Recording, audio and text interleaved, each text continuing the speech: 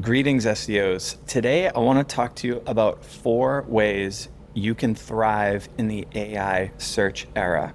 There is so much talk about complicated concepts like keyword universes, query fanouts, vector embeddings, all that stuff. And those things can be great, but today we're going to keep it simple. And like I said, I'm going to give you 4 areas you could focus on over the next 12 to 24 months if you want to have a ton of success with AI visibility. So let's get right into it. Today, I'm going to suggest that you focus on 4 areas. So first one is subject matter expertise. We're going to lean into that. Second area is audience research. I'm sure you're aware of that, but I'm going to encourage you as an SEO to go much deeper than you might be used to going. Number 3 is relevance networking.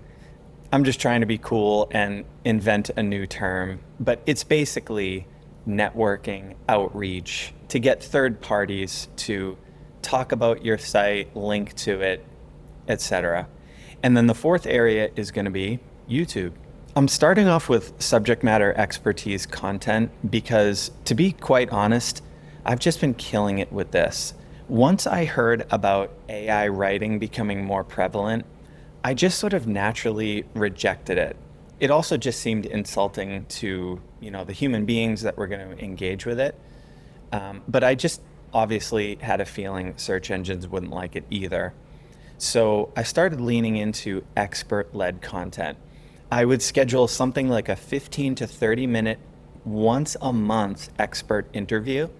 And yes, that is just 15 to 30 minutes per month. It's really all you need, and you're going to get a ton of material to work with. And what you're going to do with this is you're going to use it to add color to existing content, so to bolster pages and content that already exists, or you can build entirely new pages. I'm going to suggest that you go nearly verbatim with what you get from these interviews, whether it's a live interview or a questionnaire. There's a lot of different ways you can do it, but go mostly verbatim. I definitely pass my expert answers through an AI for some cleanup, but I also very deliberately tell it not to touch it too much. Don't make too many changes. I don't want a lot of AI writing here. That's the whole point of the exercise. And I'm telling you right now, this stuff performs incredibly well. My clients have been getting into AI overviews. They're cited on ChatGPT, and of course, they rank in the traditional listings as well. And my final tip here is, if you can, capture this interview on video. What I personally do is, again, I keep it super simple. I record with Google Meet because people are used to Meet, and it sends you the file after the interview is done, and then I can load it into something like Descript or CapCut, whatever your video editor of choice is. And now you've got video, so you can make long form out of that, you can make short form out of that, and then you can take the transcript and you can do the same thing with text. Long form, in other words, a blog, or you can do some short form like a LinkedIn post or a Facebook post. So just from 15 to 30 minutes, you can do a ton with it. It performs really well. And this is the first area I really suggest you hone in on if you want to be successful in terms of AI visibility. The next area is audience research. Now, this does include keyword research, but that's going to be a smaller part of this larger exercise. And this is kind of what I mean about SEOs definitely need to push into new horizons when it comes to audience research. One thing we've learned from these longer, more conversational queries that people use on the AI platforms, or that you might see in your Google Search Console accounts, is that the questions are quite complicated and they hit a lot of different audience needs. You'll even see different audience needs in combination that you might not have expected. So we really have to max out the empathy, and we have to go deep on our audience and what they're talking about, what they're asking, what they're concerned about, what are the myths, misconceptions, etc., etc. The list goes on. So here's where you can mine for gaps. In your initial conversations with clients, get as much input as you can. They know their audience, so you definitely want to be asking them about that. Sales team feedback. They also know what customers are talking about, what their concerns are, what their objections are. And they also know how to overcome those, by the way, so that can be useful to your copywriters. SparkToro, that's a great tool. It's designed for audience research. It's a treasure trove of information in there, but you can see the websites they visit, podcasts they listen to, YouTube channels they watch, keywords they search, prompts they use, AI search platforms they use. It's a great tool, and I think it's one that you really want to dive into. Of course, like I said, keyword research is still part of this. We're not going to abandon the tried and true SEO best practices, but keyword research kind of falls under this larger umbrella, and prompt research as well. So like I said, SparkToro can give you some prompts that you could work off of. But what you can also do is go into Google Search Console and you can look for keywords that are, let's say, 10 words or more or something like that. You can even hook into Google Search Console through an MCP like Claude, and you can tell Claude, go through my GSC data and find me prompts that you can confirm reasonably are conversational, and take a look at those. We've got query fanouts. Probably the most user-friendly way to see these is by using Perplexity, because it just reveals them to you. If you're a little more technical, you could look at Google's Chrome Inspector on the Network tab, and you can see ChatGPT fanouts as well. I'll do a video on that in the future to kind of show you how to do that if you haven't seen it on LinkedIn. Reddit is a fantastic place to mine for audience insights. I have a blog post about this, and I think a YouTube video. Adding .json to any subreddit thread URL can give you the JSON output where you can see all the comments, all the replies, upvotes. It's great for learning about your audience. And then just quickly, the last three, doing some social listening and looking at your own internal call transcripts and forms that come in from interested customers. And what we're trying to do here is understand everything we can about our audience so that we can build content that speaks to their needs. Number 3 is relevance networking. So we're all familiar with link building outreach. And once again, I don't think we should abandon that, but this is almost more of a mindset change. I really have started thinking about outreach more like networking, and just that mindset switch alone has gotten me better results. For instance, if I'm on Quoted, if I'm thinking like an outreach specialist, then I'm just littering journalists with all my best responses, and that's just fine.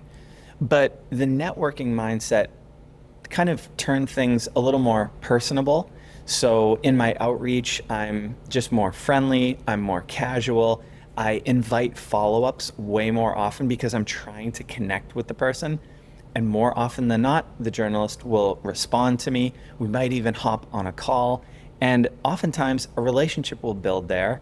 And if I do get a placement, or even if I don't, I'm more likely in the future to connect with that journalist. If they're writing another article, they might think of me, and that networking paid off. And it's the same thing. I did a YouTube video about this as well. There's a kind of a hidden SparkToro feature for finding really relevant third-party sites that might link to you or mention you. And I invite you to check out that video, but it results in a little more personal back and forth through email. And I've had a lot of luck having ongoing conversations with third-party publications that are relevant to my clients. And not only are we getting cited, but we're kind of in their Rolodex moving forward, and they're thinking of us for future opportunities. Think of it truly as networking. The final one, number 4, is going to be YouTube. Now, I don't know if you saw the Guardian article, and just to date this video, this is June of 2026, but YouTube just overtook Netflix for average daily viewing. So businesses, if you don't think potential customers are on YouTube, you're wrong. They are absolutely on YouTube. It's a huge search engine. I think it's the second largest, of course, next to Google. So as SEOs, it is time to learn YouTube, and it is a different game. It is not the same as a website. You're going to have to prepare yourself for it through learning, trial, and experimentation. You're going to have to prepare your clients for it because it's a different beast to get your client on video on a regular basis. You need to learn how to make that as easy as possible on them. One of the ways can be the SME interview technique I shared earlier. There's a lot of other ways too, like helping a local business realize that all they really have to do is turn on their iPhone when they're on a job site and capture 30 seconds of video. Or I even heard this tip at SMX Advanced in Boston this year. Try putting on some Meta glasses. That might be even easier than a phone. But what we're gonna have to learn as SEOs is we're gonna have to learn how to talk to clients about the timeline. We are used to doing that with websites. We say, it typically takes 3 to 6 months or 6 to 12 months, like whatever it is. YouTube timelines are different. You need to help them understand that. They can last up to 2 years. So you're gonna wanna have some case studies, have that language ready for those conversations. Optimization is a different game, but to be totally honest, once you kind of learn the baseline best practices, it's not too bad, but you still do have to learn them. You have to learn what the current trends are and how to follow, the changes. Like I said, making it easy on clients, that's a big one, and that is often overlooked. It's not talked about at all on LinkedIn by these thought leaders who I have my doubts if they're actually doing client work, because that is one of the most important things. If you can make it easy, it's more likely to happen, and we really need to be trying to make it happen for more clients on a regular basis. You need to learn about how to grow an audience. Again, with websites and YouTube, it is a totally different game.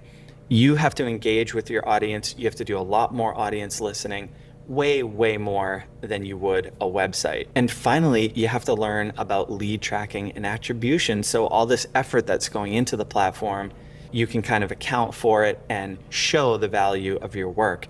What I really recommend here for SEOs is think like we used to and like we currently do about websites. The best thing you can do, better than any college course, is to start your own website, start optimizing it, watch those rankings go up, do some experimentation, learn what works and what doesn't work, learn how to prioritize, etc. Do that on YouTube. Start a channel, start posting, and get your feet wet, because that is one of the best ways to learn. And you can do that alongside your client work as well. You can be experimenting and growing your own channel even while you're advising other clients. Because the cool thing is clients come in at kind of a different growth stage. I've had clients come in from YouTube who were brand new or had channels that already had 100,000 subscribers. And both were super valuable because the game is a little bit different. Do all 4 of these things and you're gonna thrive in the AI search era. Make sure your content is expert-led. Take your audience research far deeper. Compel relevant third parties to cite you and build your presence on YouTube. If you do these 4 things, you're gonna do quite well in the coming years. Give the video a like if that was helpful. Consider subscribing to the channel and leave me a comment. I would love to hear from you. I will see you in the next video. Thanks for watching.